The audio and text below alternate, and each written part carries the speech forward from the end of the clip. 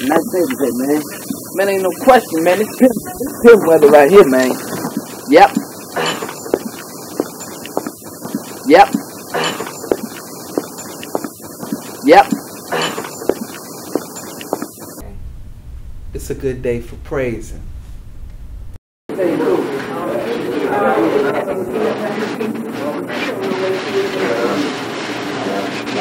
Everything real for the CTA, everything.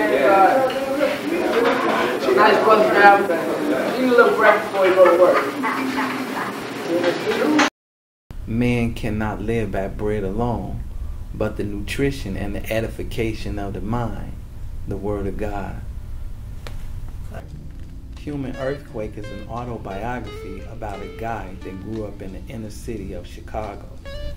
It's about a journey, and it's a story that exists of love, sex, drugs, church, and communication. While searching for my place in life, I became a hustler that inspired to be a doctor and ultimately transformed into a man of God.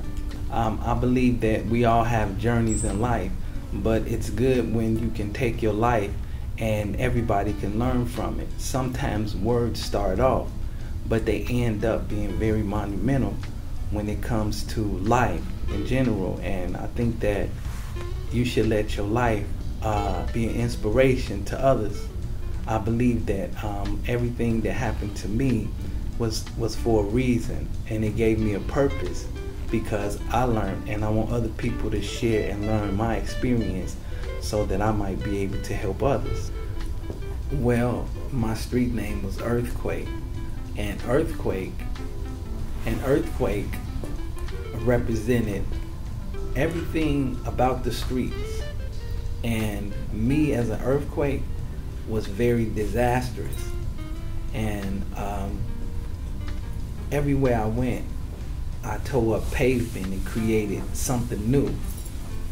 But as I evolved, then I became wiser, a man of God, and that's the human side of me.